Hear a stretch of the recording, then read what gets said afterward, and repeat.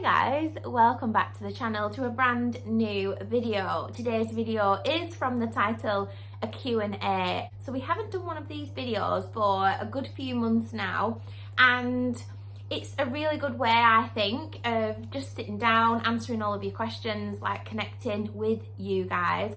And yeah, so here we are again doing another Q&A, but this time around we have had loads more of you guys join us on the channel, which is really exciting. I think we're gonna hit 5k subscribers today. Oh, you don't know how much it means to me. Like, I've been doing this for a couple of years now and I really love it. I hope that comes across. I remember when I hit 500 subscribers and it was such a little milestone for me. I was like, wow. And yeah, YouTube sent an email and it said, congratulations on 500, and then something along the lines of, that's enough people to fill a jumbo jet. And I was like, oh my gosh, just blows my mind. Like, thank you so much for you all being here. Like, it really means a lot to me. Like, you wouldn't believe. I'm very old school. I do love a notebook. I've wrote down all the questions that we're answering in today's video in here in my notebook because I ask the question boxes. I've got now a broadcast channel on Instagram, which is really good, you guys. So if you want to join me over on Instagram, my handle is up here. And then if you click on my profile, you'll see it's called, I think I've called it Suzy's Chat. It's basically a broadcast channel and you can join it and it puts you into this group chat. And I promise I won't spam you too much, but any updates or sneaky peeks or little silly things that I just want to share. I mean, it's just really nice, isn't it, having us all together on a little group chat. And then I also sometimes ask question boxes on my Instagram stories, so you can pop a question in there as well. Oh, my point was, there's questions being asked everywhere across all platforms, which is why I write them down in my little notebook here.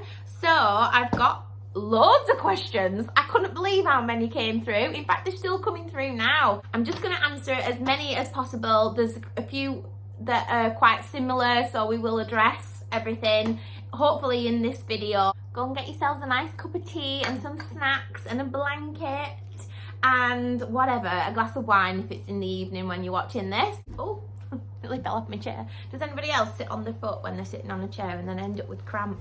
So, let's just get that out now. Okay, so the first question is, hi Suzy, how long do you intend to live in this house? So initially, this renovation in particular, in my mind anyway, was a 5-year plan. I thought, it's a big house, there's a lot to do, it's quite overwhelming if you like thought about it too much. In fact, we moved in and I thought, what the hell have we took on here? I think everybody thought we were mental in the beginning. Well, I'm a realist and I thought, realistically speaking, like, let's not put too much pressure on ourselves in life and etc. And you've got to live, haven't you, as well? And anyway, I thought, let's give ourselves 5 years to do this house in particular. However, my husband had other ideas in his mind, and he didn't communicate this with me. He just got straight in there and he started, and you couldn't get him to stop. In fact, at one point, and you can see in the videos, in the earlier videos of the renovation series, you can see how he's like lost loads of weight, and it wasn't because I wasn't feeding him. Trust me, I feed him all the time. He's like a bottomless pit when it comes to food. He loves his food, that boy, and I love feeding him. So yeah, I was feeding him like I normally do, but he was that like focused on getting it done that you just couldn't get him to stop. Once he starts, he won't stop. The thing is, what people might not understand is we're both Capricorns and we do have Capricorn traits, strong Capricorn traits, and one of those is hitting your goals, ambition and goals driven. Both of us are, and I'm a bit more realistic, but he's more hard on himself. He goes in harder than I do, and I thought I was bad. Anyway, he gave himself a 6 month. I do not know where he plucked that 6 month goal from, but he gave himself 6 months and we had most of the downstairs done. So, and then we've had a little rest over the winter time. We've had a little renovation recap this new year and what is our plan from here. So we came to the conclusion that we're going to concentrate this year on finishing the house completely, all the upstairs done, just finishing it. And I don't mean finishing it to a high standard, I mean finishing it in terms of it's sellable. So plastered walls, fresh plastered walls, nice flooring, blank canvas, all the carpets down, just nice fresh blank canvas finish.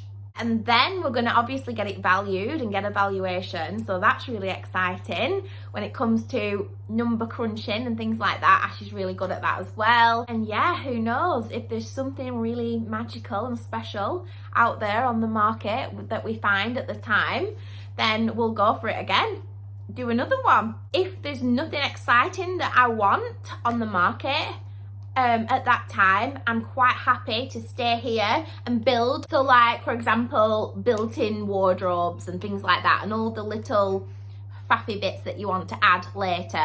And then we'll just keep adding layers, because it does take time, doesn't it? And yeah, we'll just wait for something special to come along, and that's so exciting to me.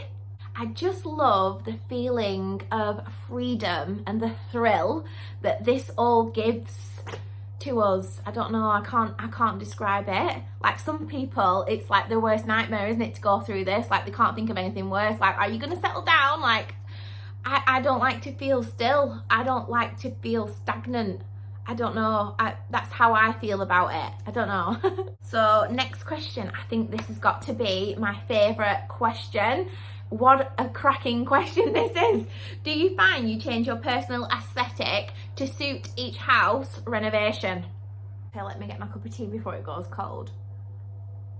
This one is so interesting. I really had to sit and think about it. But yeah, I guess so. It's definitely transpiring that way, isn't it? And I really didn't realise that until you asked this question and pointed it out. I just feel like when you do this all the time and you're doing it like for a living, like we're doing, your style evolves and your skills evolve, your style evolves. Anyway, so that's that. But with this being a period home, yeah, I've been learning the history about the house and the times it were built, and like just uncovering things. And I love history just in general. So I feel like I owe it to the house to keep some of its features, pay respect to the history of the building. Like, you wouldn't buy a grade listed building and go and rip it all out and stick in like all the new build stuff, would you? Like, oh my god, that is just a crying shame to me. I have a few style ideas that wouldn't work in the last house, and we ended up not doing them because it just didn't suit the house. I do have a bit of a country, not a country, yeah, I suppose so. I don't know what my style is, or what would you call it? I don't know. But I do have some things. I like old country, English country or French country in this house. I feel like it's got a French country vibe. There's certain things like paneling that wouldn't, I mean, you can put it in any house you want to, but we felt like it didn't work in the last house. It was too new. The house, it didn't suit the house. It didn't match up. Whereas in this house, obviously you've got them super high ceilings and it just works. It looks regal. And yeah, I've always been attracted to the older houses, but never obviously had an older house until we got this one, this period home. So this is our first period home. And oh my gosh, have I fallen in love. I've fallen in love. I fell hard. I know it's not for everybody, but it's definitely for me. Like, old houses for the win. I've said it before. I just feel like it's magical. I feel like we've bought a piece of history, a gem, and I see it and I feel it and I just want to respect it. So my aesthetic has definitely changed and evolved to suit this style of house, but I love it. It's almost like I'm discovering who I am as well along the way, and change is good. Change is really, really good. In fact, at Christmas time, I took a big bunch of flowers round to next door because obviously I wanted to say happy Christmas and thank you for putting up with all of us noise this year, doing the renovations, knocking bloody walls down and things like that. Like, we are very respectful. And yeah, our neighbour knows this house because she used to come in and look after the old man before he died. She knew the family, she's lived the absolute years. I think she's now the oldest resident on this row, and she's been here the longest now. So that was really interesting, and I like chatting with her about the history and things like that. Anyway, so she's not been in this house since how it was when we moved in. Anyway, she came in and her jaw just dropped to the floor, because obviously all the layout has changed and everything. Her jaw just dropped to the floor, and she gasped and she said, I can't believe how different it is, how big it feels, how big it looks. She came through, and you know the ceiling in the family room downstairs, the beautiful ethereal ceiling I call it. Oh, I love that ceiling. I love it too, obviously. Well, she looked up and she gasped and she just went, I'm so happy that you've kept these features in the house. And I could tell that she thought, because we were a young couple moving in, she thought we were just going to strip it all of its bloody glory and have it all like a bloody soulless new build, you know. And that's not the case at all, because we are very old souls, me and Ash. We live a traditional life in our marriage, don't we? Like, he goes to work and does the traditional nuclear dad husband stuff, and I'm a traditional wife in a sense. A modern day traditional wife. Obviously we can earn money digitally now, so I can stay at home and things like that, but you know what I mean. My point is, I was really happy to see her reaction that we'd not stripped it of all of its glory, you know. Do you feel safe walking in the woods now after your scary encounter? Okay, well, that is a great question, and we haven't mentioned it for quite some time now. So yeah, I think we're due an update on that whole fiasco, aren't we? The thing is with me is, I'm aware that you need to address things and talk about them and highlight them and bring them up to the surface and deal with them. And then also on the flip side, I'm like, I don't like to fester in that worried, negative, scary energy for too long. So obviously I was really shook up at the time, and when I think about it, I think, wow, it was just really, really eerily weird. It's a very popular, like, wooded area for families and everybody. Yet, that day, there was not one soul down there. And it's almost like the birds told me that something was wrong. Let me tell you why, because obviously when you live in the woods, you hear nature and sounds, and the birds are just like all the time chattering. Like, I've had to just close the window now because you can just hear them, which is beautiful, but it's a bit distracting when you're, especially in the woods. It's not just one or two, there's loads. So they're always making noises, right? And every time I go down there, they're chattering away and you hear all them noises. Yet that day, it was eerily silent. It was almost like the birds were telling me to look behind me, and it made me stop and think, God, it's eerily quiet in here, which made me then look around me and check my surroundings, because I felt eerily quiet and eerily weird. And then that's when I spotted him coming down, and then he started acting really strange. Anyway, you know all the story of that, because we did do a video on that. If them birds were still chattering away, I think I'd have just like walked straight into the unknown, which is quite scary to think about, isn't it? So I can't think about it too much, but wow. And yeah, I just still find it really, really sad that we have to take extra care and we have to think along them lines. It's like it doesn't even enter my head, or it didn't before this happened, to even think someone could be following you today, so you need to take extra precautions. It just doesn't enter my head, because obviously I don't think like that. But other people do. It's not a nice world sometimes, is it? To answer your question, yes, I do still walk in the woods. However, I take extra precautions now. I always go at different times anyway. If I do decide to go down there, I don't always go to the woods, but it's nice to have it on the doorstep. In fact, you know, that's one of the attractions of buying this house, was where it was. And yeah, I just take extra precautions now. I won't go in there unless I can see someone going in, or I can see people down there. I won't go in at all if I can't see anybody down there, and obviously I make sure I've got my phone and things like that. And yeah, I'm always now aware of my surroundings, but what I won't allow is letting it take away my freedom. There's no way I'm going to let something like that stop me from doing everyday normal things. Love your house, can't wait to see your new wallpaper up. I guess that's not a question, but they did leave it in the comment box. So I'm getting quite a few like comments and questions about the wallpaper in particular, and I know it's been a minute since we last filmed the cloakroom downstairs. We've actually been waiting on Ash's dad to come and do the wallpaper, which is, what day is it today? It's Thursday today, and I think Ash's dad is coming on Saturday, and hopefully the wallpaper will be up that day in the cloakroom. So obviously I'll give you a big update in the renovation vlog of that. But yeah, everybody's excited to see that wallpaper up. There's some real enthusiasts, isn't there, out there with the wallpaper. And as I've said before, I'm just really nervous about wallpaper just because I'm not used to it. I hope we've got it right. I hope I've nailed it. But I'm sure you guys will let me know. So there will be another renovation video coming soon. When I've got enough to film for a renovation video, there'll be another one really soon, in the next few weeks, I'd say.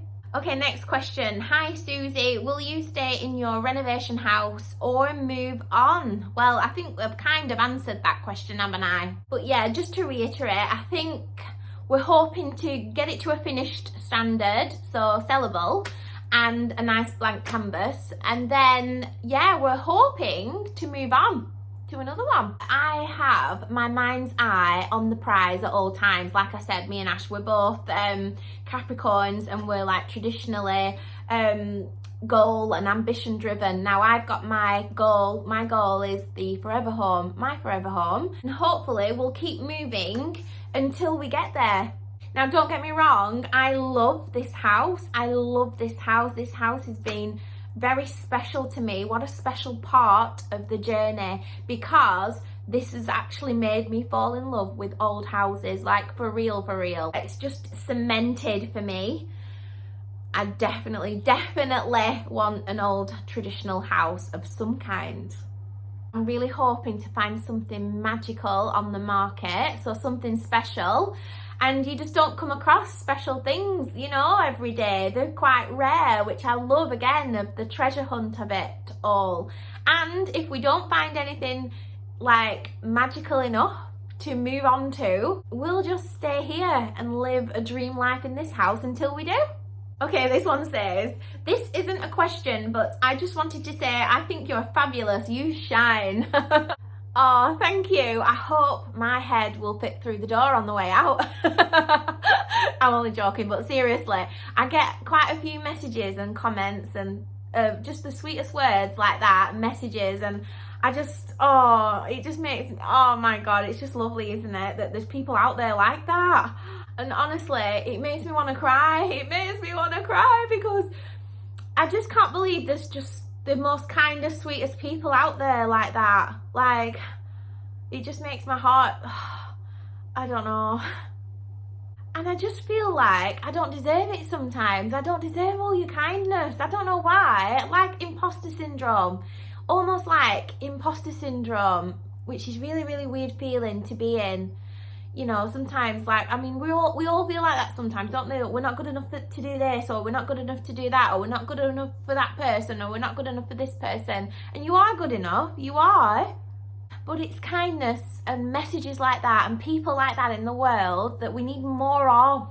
And they make you feel worthy. So make sure you're surrounded by kind, genuinely loving people. Like, hopefully you can see I'm a humble girl and down to earth, and I always will be. And you know what? Comparison is the thief of joy indeed. Like, there's always going to be someone bigger and better. There's always going to be someone that has a better this than you and a better that than you and da da da da da da da da da blah blah blah. But we shouldn't be concerning ourselves with other people's grass. You know, we're busy fertilizing and tending to our own, so to speak. And I had to mention it again because you guys are the best. Oh, this one's another interesting question. It says, what home style do you think will be in for spring summer 2024. I'm not nowhere near a interior designer, but I do love it. I do love stuff to do with houses, and I do follow along on a lot of interior designers and trends and things like that. I do follow along, I like to listen. However, I feel like, and I need to stress this, it's important to have your own niche. Don't run and chase trends all day long, because you will be doing it forever. You will be doing it forever. Think about what makes your soul happy and go with that, and go down that route and make it better and better and better. My style is quite niche to some people. It's probably not everybody's cup of tea, but it's my cup of tea and it works for me, and I've never been happier. Like, I used to follow trends all the time in fashion and in like home style as well, and like I was just chasing my tail all the time. It had to be something new all the time, and it's designed to do that, you know, it is. But if you keep timelessness in mind, you will save a lot of money, and your decor style will evolve, and it will always feel in fashion to you. But yeah, back to the topic. I do love interior, the interior world. So there's a lot of interior trend videos that circle around, especially at the start of the new year. And I do believe the colour peach is trending this year. Not every trend is going to be for you. So work out what's going to work for you and what's not, and then work out how affordable you can make it work. If you want to add it into your lifestyle, so to speak. I also read that dark woods are making a comeback. So, you know, like wooden furniture, but the dark wooden furniture. In fact, we spent all this time getting rid of the mahogany wood out of the house, which I'm glad of. It's not the right wood tone for me. So I don't care whether it's trending or not. It's not the right wood tone for me. I do like lighter woods or mid-tone woods, but I do like wood. Absolutely. It's a natural solid material, and I just think it brings an earthy sense to the house. I've actually just said in my last video that if you guys want me to do a interior trends video, and I'm not talking about trends or trying to lead you down the trend-led path, what I want to do is just discuss them. Let's discuss what's trending. Like, wouldn't that be good? Because we're all here for that, aren't we, as well? Like, I love it, and I know you all do too, but we can discuss what's trending and like see how we feel about it. The checkerboard is trending this year, your checkerboard floor. I think they're timeless anyway, and last year, if you're following along on the renovations, the cloakroom, we went for a checkerboard floor in the cloakroom, and I love it. I love it. I think it's a timeless thing though. It might just be a trend for everybody else. It might be in 2024 and then everyone wants rid of it after that, but I won't. I think of it as timeless, which is why I've incorporated it into my house. But it doesn't have to be black and white. Like, my floor is like it's like a cream and sagey green together. It's beautiful. Also, vintage is trending this year. It's just like old money, isn't it? The old money aesthetic, and it was trending, yet it's a timeless old money thing. It's just really weird how today's world works. They take something old and they try and make it new, and it's just not. It's like it's always been done before. Most of the time better as well. I can get on board with the vintage because I do have a vintage vibe in this house. Not everything I want vintage. I think you can overkill something. And another one that's trending is the curtains on everything, especially in the utility room and kitchens. People are saving money basically on kitchens. They're not going for cupboard doors and handles because they cost a fortune. Excuse me. And they're going instead for the curtains, you know, the little curtains that you can just pull across, which they do look very, very cottagecore, very vintage, they're very oldie worldy. So if you've got an ultra modern house, you're not going to want that. But yeah, they're gorgeous, and I like that look for a utility room, and I've just been saying that as well.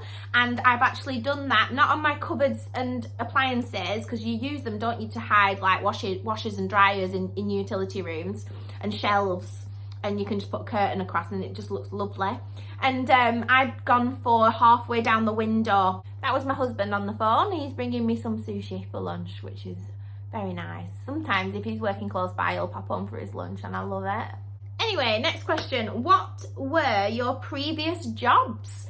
Basically, throughout my 20s, right up until I was 30, I was a travel agent. And that was my previous job. In the second half of my travel career and the lead up to 30, So I don't know if it's a combination of a midlife crisis, becoming 30, because I think everyone goes through that, don't they? Did you go through a midlife crisis when you were 30? I call it a midlife crisis. It wasn't a crisis. It was a sense of, I started questioning my life. Like, literally, I was like, do I want to be sat here at this desk till I'm retired forever? Never being able to, I felt like I couldn't move up. I didn't feel free. And I really started questioning life. And I'm very much a problem solver. Like, I don't understand when you've got someone who's sat there like moaning about something and they've got legs to do something and a brain to do it with and they're not doing anything. Like, I cannot understand it. So anyway, leading up to 30, these were the questions that were swirling around. Do I want to be doing this forever? And I genuinely did not. I loved to be at home. I hated the 9-to-5 rat race. Cut a long story short, I hit 30, got married, left my travel career and went back to uni. So I've got a degree now in criminal justice, and that's a whole story in itself, but obviously I don't work in criminal justice. I'm now a traditional housewife, is my first job, mum and housewife and all that good stuff. Home comes first, you guys, I can't stress it enough. Luckily, I found myself in a position where I've got a really good husband, and he also has traditional mindset as well, and I just wanted to be at home. Some of the old ways worked the best, some of them didn't. We've taken the good and we've left out the bad, and like I said, we live today, it's 2024, and I can earn money online. I don't even need to leave the house. This is the best job ever, and I wake up feeling blessed and grateful every single day. I really do. So saying that, I don't want anyone to think I'm spoiled or anything like that. Well, I kind of am now, and good, because let me tell you this, the struggle I have had in the first half of my life, you wouldn't even believe it if I told you. I think I've mentioned it before. I think I mentioned it and said, one day maybe I'll write a book and it's going to surprise you all. Like, I've struggled. I had my daughter when I was 19. I've worked full time and been a single mum in the early years, and it was hard trying to stay afloat with no help, no family, no nothing. Like, oh, there's been some hardships, there's been some hard times, and I feel like I do deserve this life now, you know? So I have had it both ways. Oh, this one's a good one. What country would you like to visit? Oh my gosh, there's so much of the world I want to visit. You can't do it all, can you? Like, some people say like, oh, I'd rather go on holiday than stay at home and do all this, but like, we have to build the wealth in order to go on holiday. Do you know what I mean? And we can't do it all at one go. We haven't got the money to do that. Who has? So obviously we're doing this while we're young, and then hopefully build enough wealth and we'll travel. Like, that's what I want to do. Now Joelle's like an adult, that is the focus. So we're just doing these renovation houses, and I just want to live a good life and travel with my husband and just have nice family time. And yeah, just live a good life, like, and be happy. Isn't that everybody's goal? And there's so much of the world I would like to explore, in particular Italy, and I mention it all the time, don't I? I just love the Italian ways. Like, there's a reason why they live so long, you know, and it really interests me. Is it the olive oil? You know what I mean? Or is it the wine? Because, like, I can get on board with that. Or the pasta, come on. Like, this is brilliant life. And the cheese. I mean, it just gets better and better, doesn't it? And there's so many different holidays in Italy. So you can do beach holidays in Italy. You can do the city breaks in Italy, and the city and the culture and the history and the art. And you can do lakes and mountains, and they're all a bit of us, me and Ash. So I'd love to travel Italy and do different parts of Italy. Another place I'd love to really travel to and like road trip around is France. There's so many, especially the south of France. Imagine just like renting a vintage car and like doing the south coast in France, like Monaco and Saint-Tropez and all them places. Oh my gosh, like, that is such a bit of me. In fact, on my Pinterest, I always save like itineraries and road trip itineraries just in case we ever do one in the south of France, because we could just drive down, go across on the ferry. We could take Ralphie with us, and yeah, explore France. Imagine going to the vineyards, staying in the chateaus along the way. Oh my god, dreamy, dreamy. Also, Switzerland has always been on my radar. I don't know why, there's something about Switzerland that really like catches my attention, and I think it's the dramatic backdrops and the lakes and the mountains side of things. Me and Ash love like dog walking, we love the outdoors, we love the nature, and I think they live a really good life, don't they? It's intriguing, like the crime rates are really low, like why is that? And it's things like that that I like to explore. And is the tax low as well, or something like that anyway? And yeah, what a good life they live there, and I'd like to see what like the deal is there. And then there's America. So I'd love to go to the usual places in America. So I'd like to go to New York at Christmas. Well, it's about 3 hours later, and I do apologise everybody if the vibe has changed. The sun's definitely gone in, so the lighting's definitely changed. But basically, I had lunch with my husband, and then the days just got away with us. Oh, we were talking about countries and which countries I'd like to visit. So yeah, New York at Christmas and all the usual. Vegas and the road trips that go along that way. But I'm specifically interested in, you know, the southern, is it the south in America? Like Charleston and Texas. But yeah, I'm particularly interested in the southern parts of America. Okay, so this one's going a little bit deep. So this one says, it would be lovely for you to talk about distancing yourself from toxic family members. I'm in the same situation and would love to know that others are not on their own. Oh wow, this is such a hard one for me because I do have a lot of experience in the whole subject. Okay, so I think it's fair to say that I come from a massively dysfunctional, toxic family. We're talking narcissists, we're talking alcoholics, we're talking just abusive. There's no values, there's definitely no family values, like they literally hate each other. And that's just not what a family is in my eyes. Yeah, there's a lot of generational traumas being passed down in my family, still to this day as well. I call it generational curses. There's a lot of jealousy in the family for some reason, and it's absolutely bizarre really when you think about it. But do you know what? You will drive yourself insane trying to work it out. It's not down to you to work it out. Even though I've no family, let me tell you why I feel blessed. Because I was brought up by my grandmother, as most of you know, my nanny. And yeah, she died when I was 11 years old.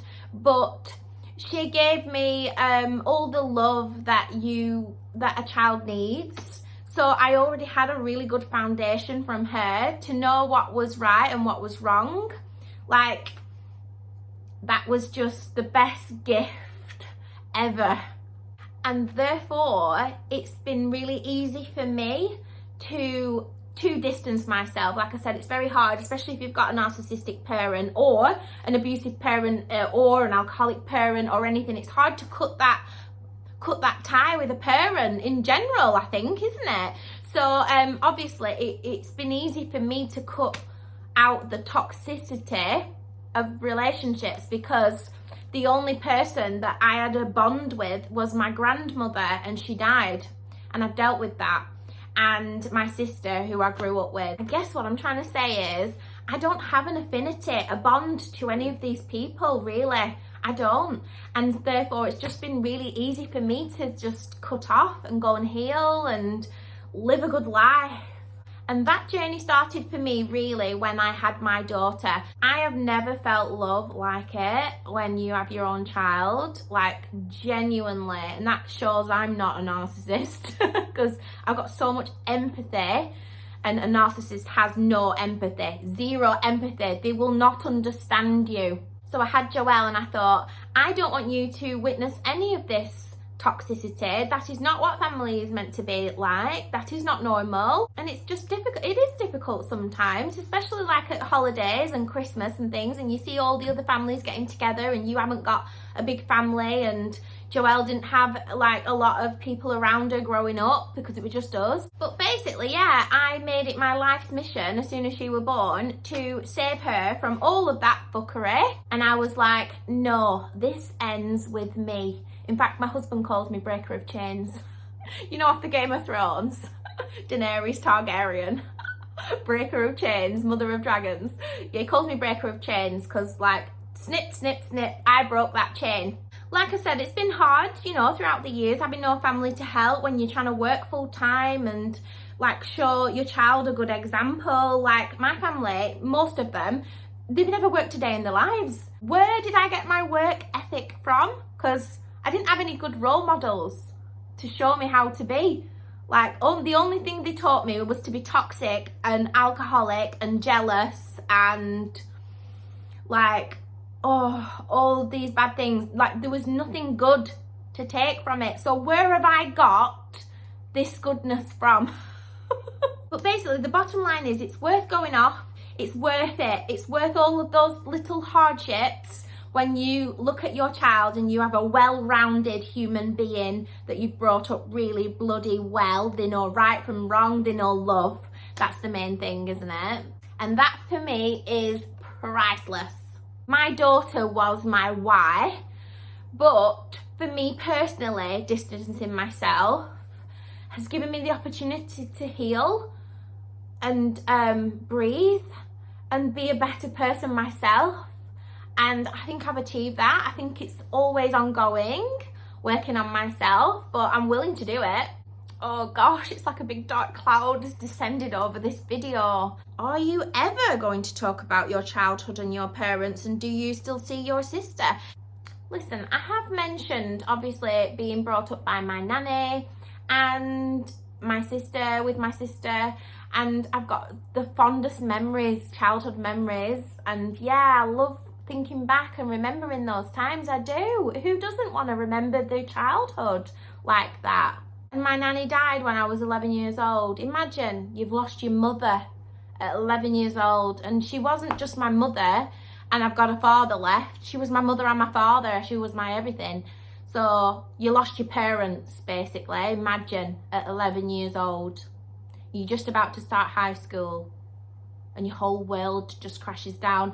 And I have a real affinity to films like, you know, The Little Princess, because, I mean, don't get me wrong, I wasn't a little princess as such, we didn't have much, but I had love and I had everything, like I was rich in those ways. And to go from that to the opposite was just traumatic. And yeah, respectfully, I don't wish to talk about the years that followed after that. And that's for a therapist, not for the internet. I've had therapy, by the way. I am healing. I don't think you can say you're healed. I think it's a work in progress, but we're progressing. And all I wish to say is that by the grace of God, I'm surviving and thriving, and I'm very happy. Life is beautiful. Next question. Do you have any brothers and sisters? I don't know how many brothers and sisters I've got. I'm gonna have to count them on my hand. 8? Am I missing someone? I think there's 8 of us all together, my brothers and sisters. Technically, they're my brothers and sisters, but I don't know them, which is really strange. And I wonder if that's the psyche behind me wanting this typical nuclear family, you know, a mum, a dad, a brother, a sister, or whatever, you know, the typical family unit and traditional married life. I wonder if that's the psyche behind it. Might be, who knows?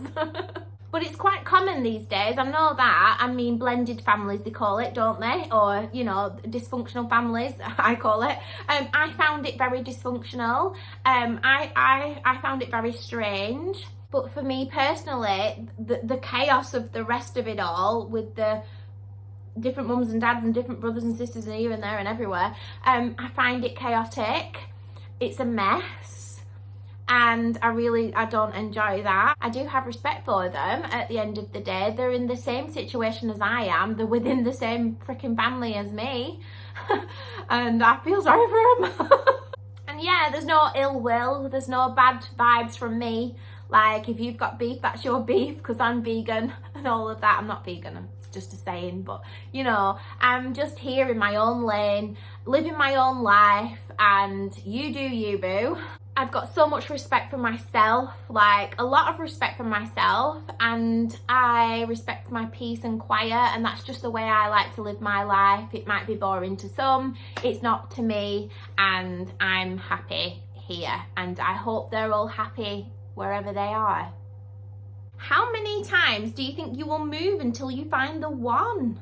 There's a short and sweet answer to that, and that is however many times it's going to take. Who knows what's next? You just don't know what's around the next corner. Maybe we find the dream house in the next one. Maybe we need to do another one before we find the dream house. Maybe we need to do 2 more before I don't know. And that's what's so exciting about it. Like, I do have a list of what I'd like out of my dream house, and I know you'll never find the perfect house in that sense where it ticks every single box, but like, will I know when I found the dream house or the end one, like my forever home? Will I know? Will I say, oh my god, this is it? Maybe it's this one and I just don't know it yet. What I will say is, I've got a bit of an issue with commitment or settling down, or not in a sense of relationships, because obviously I'm married and I'm settled and I have a child. Well, she's not a child, she's an adult now, and I've got a little fur child as well. So not in that sense, but the thought of me staying put forever in one house, that thought scares the shit out of me. I don't know if it's like the gypsy soul inside of me that finds it exciting that we don't know what's next and we're keeping moving, and like, who knows what's coming up. It makes me feel some kind of way, like it does something to my soul, the unknown, the excitement and the freedom. It gives me a sense of freedom, and I feel like I can breathe. Like, but if you told me like, this is it, you're not moving anymore from this house, this is where you stay and die, like that just like kills me off inside, you guys. Like, I don't know, does anybody else feel like that? I mean, no, I don't know, I don't think they do they? Because people stay put. I don't know, maybe it's just me, I'm a bloody weirdo, I told you. Hi Suzy, are you going on holiday? If so, UK or abroad? I really need a break. I need a break. But you can't have it all, can you? We are still deciding what to do this year. Like, do we have a little break here and there? Now, normally my husband, once a year, he just goes all out, chucks a load of money at a Caribbean holiday, and off we pop and have a 5-star luxury beach break. I don't think that's on the cards this year. We've got too much to do in the house. Obviously now we're a year into the budget, especially, so the budget has got a lot lower than it was last year, and we've still got a good few bits to do. We've got a load of flooring to put down, as you can imagine. That's going to cost a bit of a chunk of money as well. So we're still talking at the moment, but I don't mind either way. If we go anywhere at all, I wouldn't mind if it was abroad or in the UK. There's some real gems in the UK, some places I'd love to visit. Especially the Cotswolds. I'd love to go and have a look what that hype is all about there. We definitely love to explore more of Scotland and the castles. But if I'm being really honest, the real problem we've got is getting Ash to stop working and getting him to relax and take a holiday and take a break. I know I get a lot of comments and messages from women and people who say their other halves and their fellas and their husbands are lazy, or they can't get them to do anything in the house. Like, Ash is a real good one, he's a gem, and he works really hard for the family, and he really does, but he's tipping on the other side of the scale. Like, yours might not be doing anything, mine's doing too much, you can't get him to stop. So it's swings and roundabouts, as they say here in the north. He works too hard and he's so ambitious, and I love that about him, don't get me wrong, I love it. Obviously it's getting us to where we need to be. I have to really fight to get him to take a break and to enjoy his life along the way, you know. What good is he if he breaks his back doing all of this and then he's no good for nothing. Like, what is the point of it all? We're not taking any of this stuff with us. It's the memories and family time and just good times, isn't it, that you want, that really matter, you know, that are priceless, really. Okay, last question. What does hubby do for a living? So Ash is an electrician by trade, which comes in really handy because he's rewired the whole house, and that would have cost probably about £5,000, probably a bit more, I don't know, something like that. Anyway, a good chunk of money. And oh, by the way, I've got my pyjama bottoms on under here. You can't see the bottom half, well, you can now. Yeah, he's an electrician by trade, and it comes in really handy in these renovations. But otherwise, he has learnt to do all these things himself in the house. So he's done all the tiling, he's done some plumbing in the house, which has saved us loads of money. And he's so proactive, like I've just said. He's got a really good attitude, a really positive outlook. And I love that about him. I couldn't stand to be, sorry, with a man who's not doing anything. Do you know, in that sense? Sorry, that's coming out wrong. I sometimes can't explain myself properly and it comes out wrong or rude, and I don't mean to be at all, or no offense to anybody else obviously out there. Oh my God, like, what can you say that's right on the internet? But I don't know. I just personally love a man's man, a hands-on, hard-working man. Basically, let's just say that. So everyone, that brings us to the end of this Q&A video. I hope I've answered most of your questions. I feel like it went a little bit deep today. I've got to edit all of this back now. I can't even imagine what I've said and what I'll probably have to edit out because we are on the internet, and I'd love to just give you my just raw, unfiltered opinions. But, you know, at the same time, everybody gets offended, don't they, in 2024? Always leave your comments down below as usual. I love to chat with you down there and share all of our thoughts, but I'm off to make fish and chips for tea because it's nearly the end of the day. I've been doing this all day off and on. And yeah, I'll see you in my next video, guys. Bye.